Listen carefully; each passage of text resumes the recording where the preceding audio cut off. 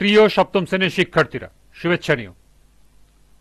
আজকে আমি তোমাদের গণিত বিষয়ের নতুন বই থেকে প্রথম অধ্যায় এর অনুশীলনী 1.1 থেকে সমাধান করে দেব।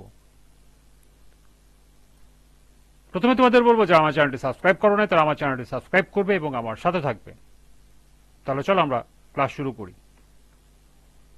প্রথম অধ্যায় অনুশীলনী 1.1। 1 নম্বরে আছে, দেখো, মৌলিক গুণনীয়কের সাহায্যে বর্গমূল নির্ণয় করো। অর্থাৎ তোমাদেরকে বর্গমূল নির্ণয় করতে হবে, তাও আবার মৌলিক গুণনীয়কের সাহায্যে।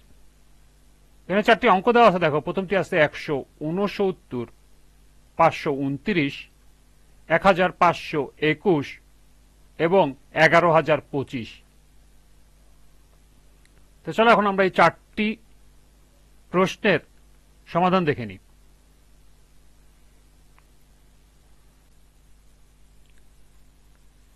একের ক নাম্বারে ছিল 169। এই 169কে আমরা যদি মৌলিক গুণনীয়কের মাধ্যমে বিশ্লেষণ করি, তাহলে দেখো এটাকে 13 দিয়ে ভাগ করলে 13 বার যায়, অর্থাৎ 13 গুণ 13 169। এটা তোমাদেরকে লিখতে হবে ঠিক এভাবেই। 169কে মৌলিক গুণনীয়কে বিশ্লেষণ করে পাই 169 সমান এই 13 গুণন এই 13, অর্থাৎ 13 গুণ 13। সুতরাং 169 বর্গমূল মানে রুট ওভার 169 দিয়ে লিখতে হবে 13। উত্তর হবে নির্ণেয় বর্গমূল 13।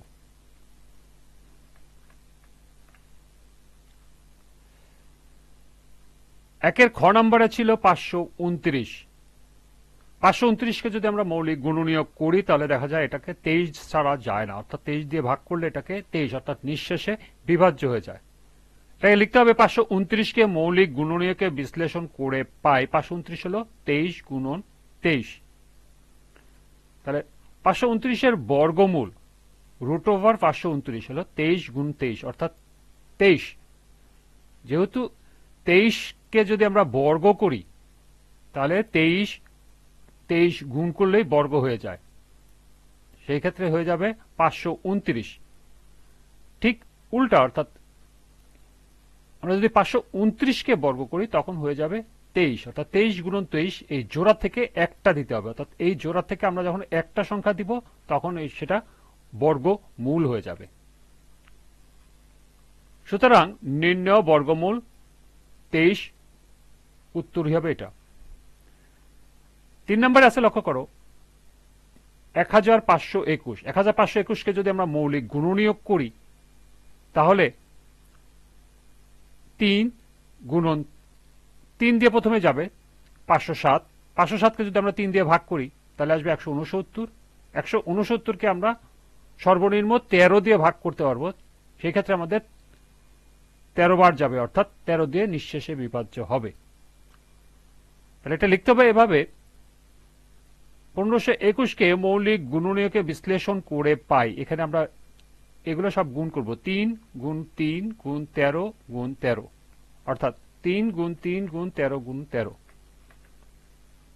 এখন লক্ষ্য করো,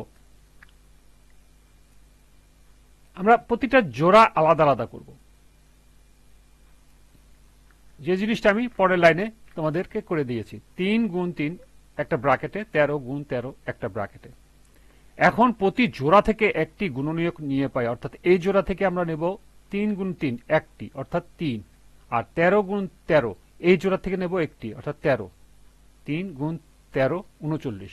তখন 1521-এর বর্গমূল হবে 1521 সমান হলো 39। সুতরাং নির্ণেয় বর্গমূল 39।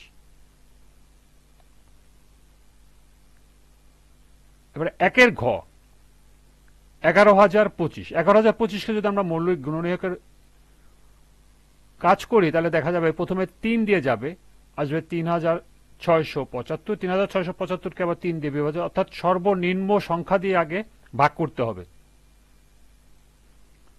3675কে যদি আমরা 3 দিয়ে ভাগ করে, আসবে 1225। এটাকে সর্বনিম্ন 5 দ্বারা বিভাজ্য করা যায়, সেক্ষেত্রে আসবে 245। 245ও সর্বনিম্ন 5 দিয়ে বিভাজ্য করা যায়, সেই ক্ষেত্রে আসবে 49। সেই ক্ষেত্রে 7 দিয়ে আমরা সম্পূর্ণরূপে বিভাজ্য করতে পারবো, 7 7 49। এখন 11,025কে মৌলিক গুণনীয়কে বিশ্লেষণ করে পাই। তাহলে আমরা যদি এগুলো গুণ করি তাহলে চলে আসবে 3 গুণ 3 গুণ 5 গুণ 5 গুণ 7 গুণ 7, অর্থাৎ এইগুলো আমরা গুণ করব। তাহলে আমরা এবার এখানে আবার একটা জোড়া করব, এখানে একটা জোড়া করব, এখানে একটা জোড়া করব। এই জিনিসটা আমি পরের লাইনে লিখে দিয়েছি। 3 গুণ 3 এক ব্র্যাকেটে, 5 গুণ 5 এক ব্র্যাকেটে, 7 গুণ 7। এখন প্রতি জোড়া থেকে একটি করে যদি গুণনীয়ক নেই তাহলে এই জোড়া থেকে 3, এই জোড়া থেকে 5 এবং এই জোড়া থেকে 7, অর্থাৎ তিনটা যদি আমরা গুণ করি 105। 105ই হবে 11,025-এর বর্গমূল। প্রথমে রুট ওভার দিয়ে দেখিয়ে পরে লিখবো আমরা 105। এটা হলো নির্ণয় উত্তর।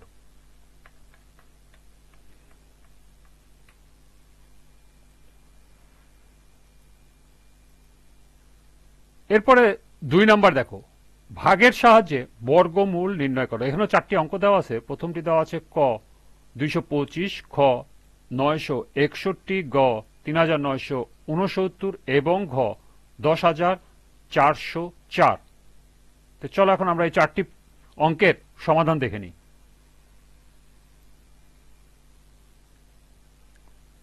দুইয়ের ক আমাদের সংখ্যা ছিল হলো 225। 225কে যদি আমরা ভাগ পদ্ধতিতে বর্গমূল নির্ণয় করতে চাই, সেই ক্ষেত্রে আমাদেরকে প্রথমে 225 সংখ্যাটা লিখতে হবে। এরপর ডান দিক থেকে জোড়া সংখ্যা হিসাবে উপরে দাগ দিব। এখানে ডান দিকে দুটি সংখ্যা আছে 25, উপরে দাগ দেব। এরপরে যেহেতু একটি সংখ্যা আছে সেই একটি সংখ্যার উপরে দাগ দেব।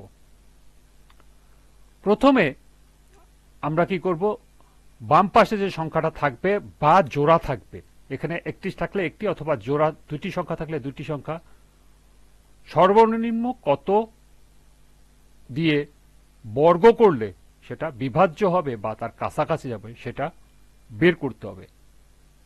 যেমন আমার যদি বাম পাশে সংখ্যা যদি থাকে 27,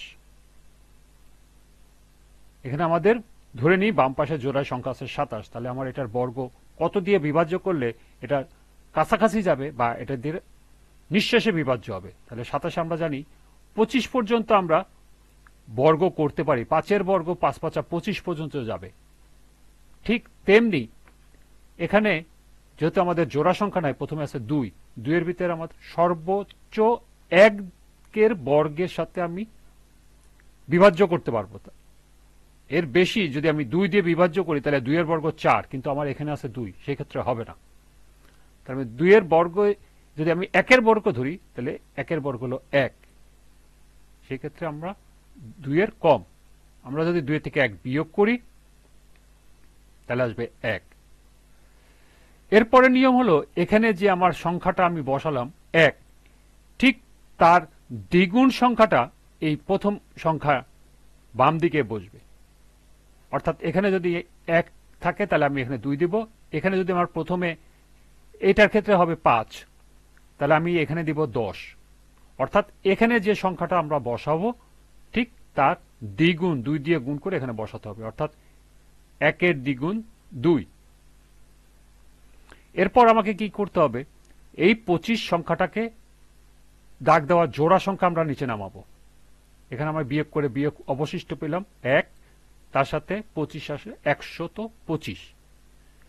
এখন 125কে এমন একটি সংখ্যা এখানে লিখতে হবে যেটা এখানেও লিখতে হবে এবং এখানেও লিখতে হবে, এবং সেটা ভাগ করলে তার নিঃশেষে বিভাজ্য হবে অথবা তার কাছাকাছি যাবে।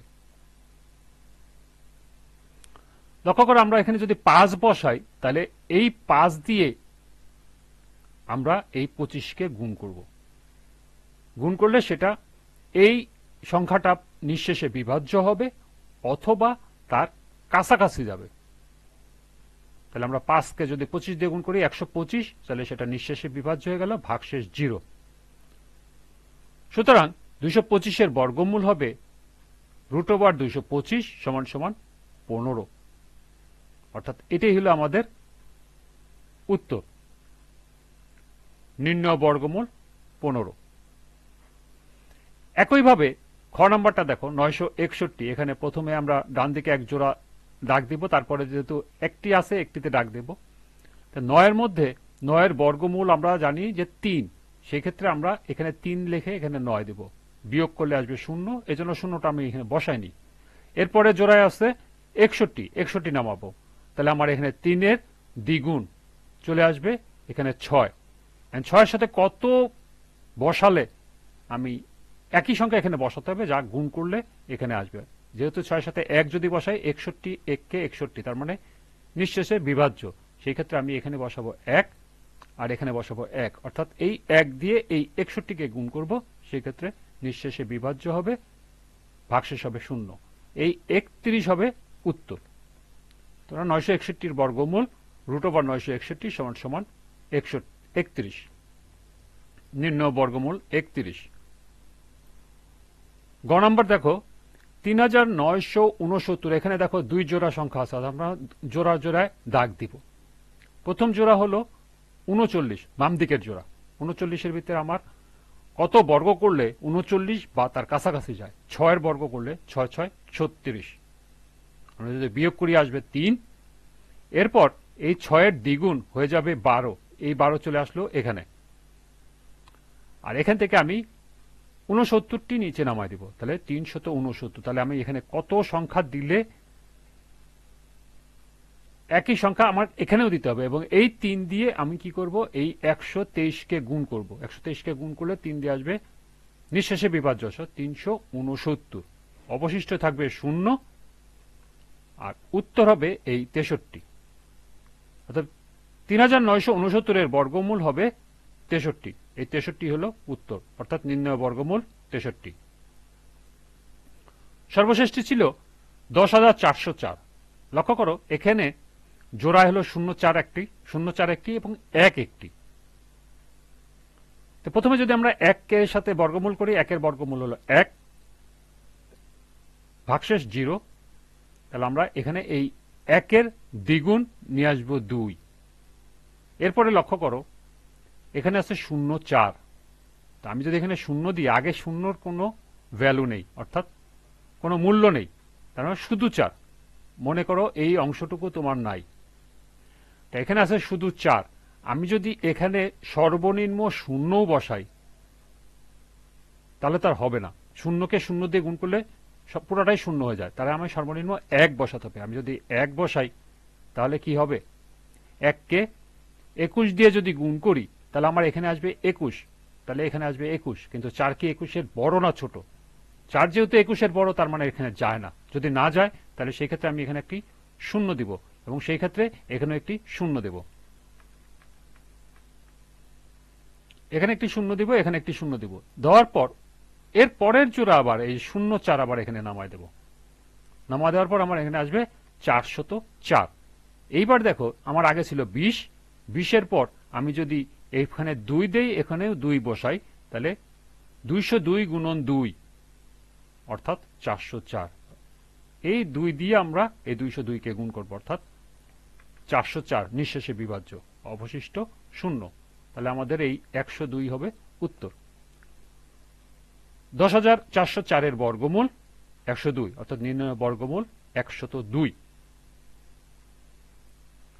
এই ছিল 2-এর 4টি অঙ্কের সমাধান। আজকের ক্লাসটি এ পর্যন্তই। আগামী ক্লাসে 3 নাম্বার সমাধান করে দেব। সবাইকে আবারও বলছি, যারা আমার চ্যানেলটি সাবস্ক্রাইব করো নাই তারা আমার চ্যানেলটি সাবস্ক্রাইব করবে এবং আমার সাথে থাকবে। সবাইকে পরবর্তী ক্লাস দেখার আমন্ত্রণ জানিয়ে আজকের মতো এখানেই বিদায় নিচ্ছি। আল্লাহ হাফেজ।